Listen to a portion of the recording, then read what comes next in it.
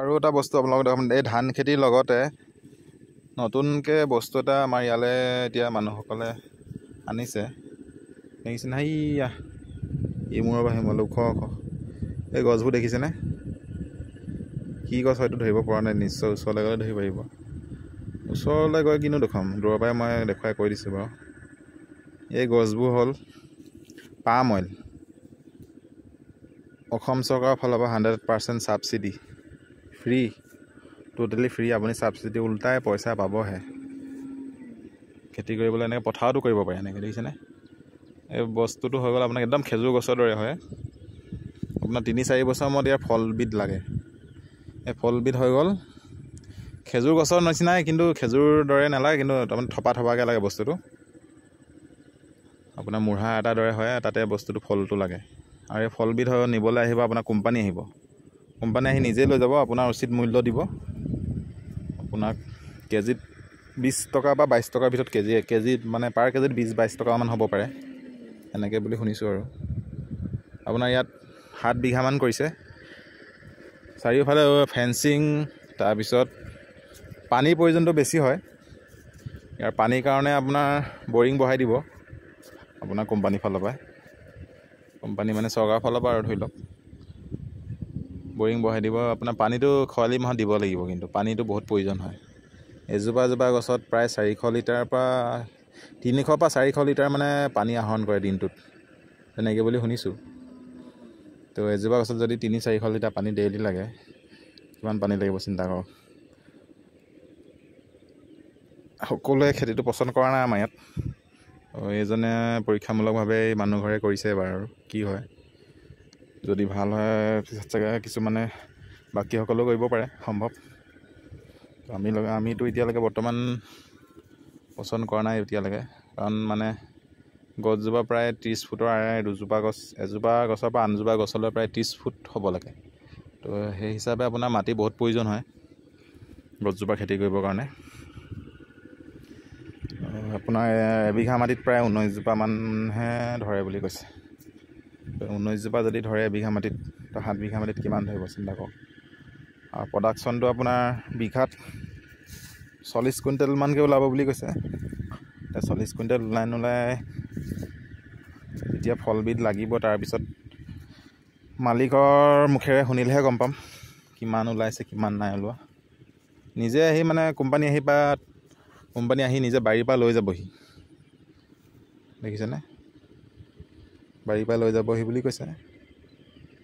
গছজোপা প্ৰায় মই এবাৰ দেখুৱাই দিবলৈ চেষ্টা কৰিম। লগতে ধান খেতিও কৰিব পাৰিব 2-3 বছৰলৈকে, 3-4 বছৰলৈকে। তাৰপিছত কিন্তু ধান খেতি নহ'ব ইয়াত। যেতিয়া নেকি গছজোপা আপোনাৰ জোপোহা মানে খেজুৰ যেনেকুৱা দেখিছে ন, খেজুৰ পাত তেনেকৈ জোপোহা হৈ যাব প্ৰায়। এইজোপা দেখিছেনে? এনেকৈ পথাৰৰ মাজতে ৰুব পাৰে, দেখিছে? এনেকৈ জোপোহা হৈ যাব এইজোপা গছজোপা। এই পাম অইল বুলি কয়। প্ৰায় ক্ৰীম অইল, প্ৰায় মানে আপোনাৰ কচমেটিকতো ইউজ কৰে অইলটো। তাৰপিছত আপোনাৰ যিকোনো বস্তুটো আৰু ইউজ কৰিব পাৰে অইলটো, খোৱা, ঘঁহা, ক্ৰীম, অইল চবতে। বস্তুটো পতঞ্জলীয়ে ক্ৰয় কৰিব বুলি কৈছে। আৰু বীজটোৰ পৰা মানে অইল সৃষ্টি কৰিব, পাম অইল। বাহিৰৰ আপোনাৰ অন্ধ্ৰপ্ৰদেশ, উৰিষ্যা, হাৰিয়ানা, মধ্যপ্ৰদেশ, কেৰেলাত পাম অইলটোৱে বেছি মানে ইউজ কৰে মানুহে।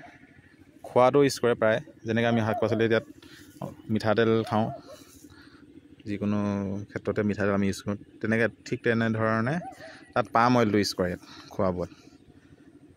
সকলোৱে নকৰে, প্ৰায়ভাগে মানে হোটেলত ইউজ কৰে পাম অইলটো, কাৰণ সস্তাত পোৱা যায়। পাম অইলটো সস্তা, 1 লিটাৰত কমেও মানে 110 টকা 120 টকা হয় লিটাৰ।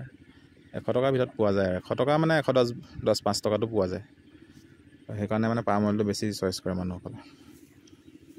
সেইফালে দেখিছেনে ধান ৰুইছে, সেই গছবিধ ৰুইছে। এতিয়া 2-3 বছৰ কৰিব পাৰিব, যেতিয়া গছজোপা জোপোহা হৈ যাব। তাৰপিছত মানে ধান খেতি নহ'ব। ধান য'ত জোপোহা হ'ব তাত ধানটো মানে টোটেলি মানে ডাঙৰ নহ'ব। ইয়াত বহুত সাৰ লাগে আৰু পানীৰ পৰিমাণটো বহুত হয়। মানে 400 লিটাৰ 300 লিটাৰ ডেইলি গছজোপা আহৰণ কৰে বুলি কৈছে।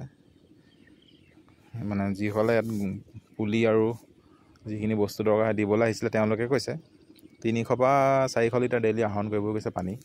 ইয়াৰ শিপাটো বহুত তললৈকে যায়।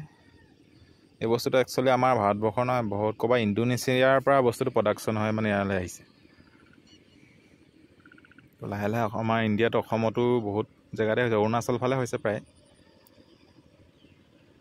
যদি লাভৱান হয় মানুহসকলে পিছত কৰিব পাৰিব বাৰু,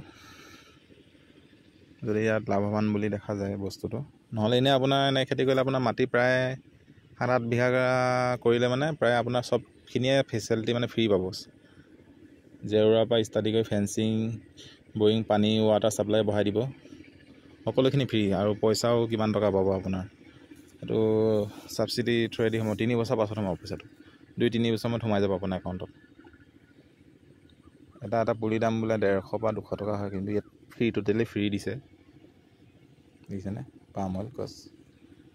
তো যদি ভাল হয় অহা বছৰ কেনেকুৱা হয় প্ৰডাকশ্যনটো দেখাম বাৰু।